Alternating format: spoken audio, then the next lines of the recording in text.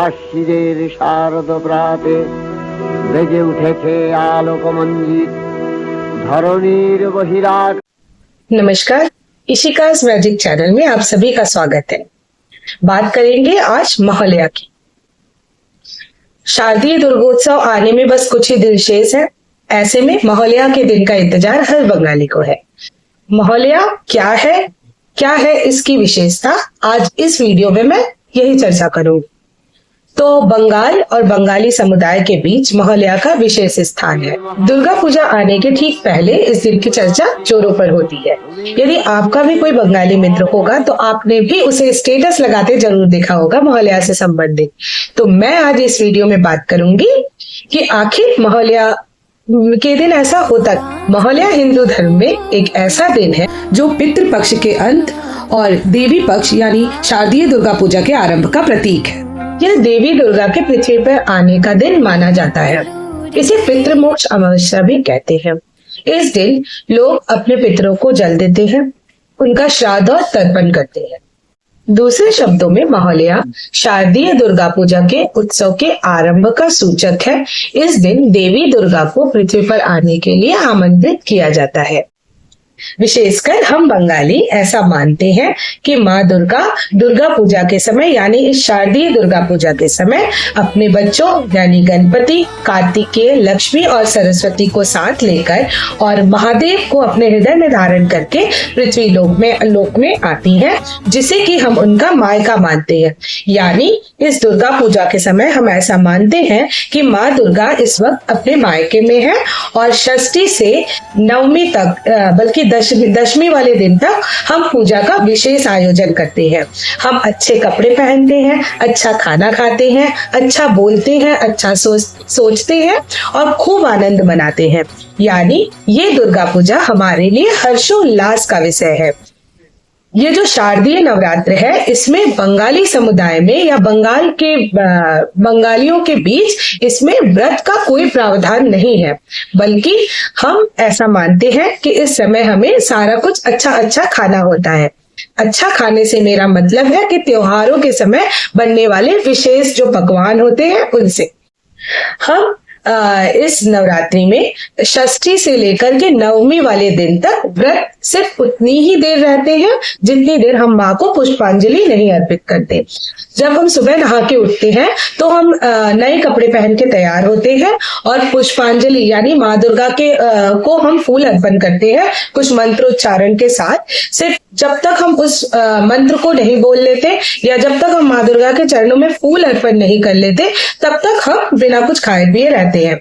अब मैं बात करूंगी कि महालया के दिन सुबह हम बंगाली क्या करते हैं, विशेषकर महालया सुनना क्या है।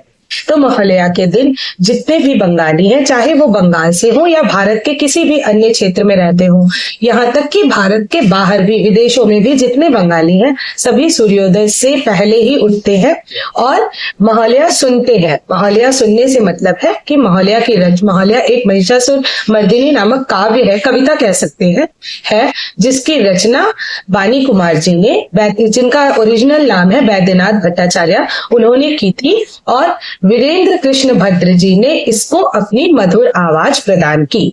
1931 में Kolkata Akashvani all India radio में इसका प्रसारण पहली बार हुआ था, जिसको वीरेंद्र कृष्ण भद्र ने अपनी आवाज दी थी और उन्होंने अपनी आवाज में इसको गाया और ये संपूर्ण बंगाली समाज के बीच में इतनी लोकप्रिय हो गई, इसको इतनी प्रसिद्धि मिली कि दुर्गा पूजा के शुरुआत का प्रावधान यानी शुरुआत का मतलब इस आवाज से ही हमको ऐसा लगता है कि दुर्गा पूजा आ गया है। बाई चांस अगर हम पूरे साल में कभी भी इस आवाज को अपने कान में सुन लेते हैं ना, तो हमें तुरंत ही ये आवाज दुर्गा पूजा से जोड़ देता है। इतनी इस आवाज की लोकप्रियता है, इतना प्यार है लोगों को इस आवाज से कि ये आवाज हमें सीधा सीधा दुर्गा पूजा से जोड़ता है। इसमें अब इस महिषासुर मर्दिनी काव्य में हम माँ दुर्गा से प्रार्थना करते हैं सुबह सुनते हुए कि माँ अब पृथ्वी पर आए। हम माँ दुर्गा को निमंत्रण, ये एक तरह से माँ दुर्गा को निमंत्रण है पृथ्वी पर आने के लिए कि वो पृथ्वी पर आए और सभी बुराइयों का अंत कर दे। तो इसलिए हम इसको उस दिन सुबह सुनते हैं। इसका दूसरा वर्जन भी कोलकाता में इसकी इतनी प्रसिद्धि देखते हुए इसका दूसरा वर्जन भी कोलकाता में निकाला गया था, जिसको किसी अन्य गायक ने गाया था। लेकिन पूरा का पूरा जन सैलाब उमड़ पड़ा था उसके विरोध में। तो इसकी लोकप्रियता ये है और इतनी ज्यादा है। महालया सुनने का ये जो ट्रेंड है ये आज से नहीं है, ये 1931 के बाद से ही परदादी, दादी, मम्मी, हम और उसके बाद हमारे बच्चे ये ट्रेंड चला आ रहा है। ये जनरेशन टू जनरेशन सभी फॉलो कर रहे हैं। और सबसे अच्छी बात है ये एक रिचुअल है जो दुर्गा पूजा के पहले मतलब महालया वाले दिन फॉलो करना कंपलसरी है। हर बंगाली इसको फॉलो करता है। तो इस तरीके से ये ट्रेंड बहुत पुराना है और ये चला आ रहा है। ये एक रिचुअल की तरह हमारे घर में एक त्योहार की तरह मनाया जाता है। उसके बाद प्रतिमा मतलब दूसरे दिन जिसे हम पैर थापना या दुर्गा पूजा का पहला दिन, प्रथम दिन प्रतिमा भी कहते हैं, उसकी शुरुआत होती है। उससे लेकर 5 दिन तक हम घर में ही माँ का पूजा अर्चना करते हैं। और पंचमी वाले दिन से ही पूजा की शुरुआत एक तरह से हो जाती है। उस दिन हर दुर्गा पंडाल में आनंद मेला हम कहते हैं उसका, यानी कि उसमें बंगाली कुजीन्स, बंगाली हैंडीक्राफ्ट मतलब बंगाल से जुड़े बहुत सारी चीजों का स्टॉल्स लगता है, जिसको हम सभी शाम को देखने जाते हैं। उसके बाद षष्ठी वाले दिन से हमारी पूजा शुरू होती है।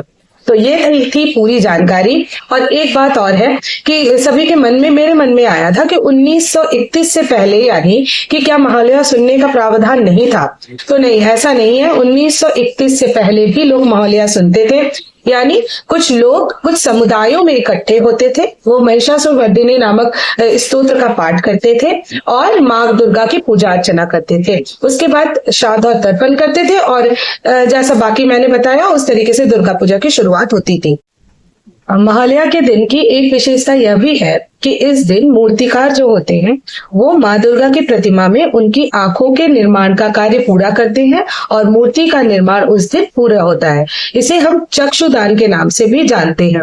यानी इस दिन जो मूर्तिकार होते हैं वो माँ दुर्गा की प्रतिमा में अब तक महालया के दिन तक बाकी सारी चीजों को बना करके तैयार कर लेता है, आंखों को छोड़ करके। महालया के दिन माँ की आंखों को रूप दिया जाता है और मूर्ति बन करके तैयार होती है। तो ये थी मेरी पूरी जानकारी। आप आशा करती हूँ आप सभी को बहुत पसंद आई होगी। और अगर आप सभी को बहुत पसंद आई हो तो please subscribe my channel. Chandi मधुकैटभारी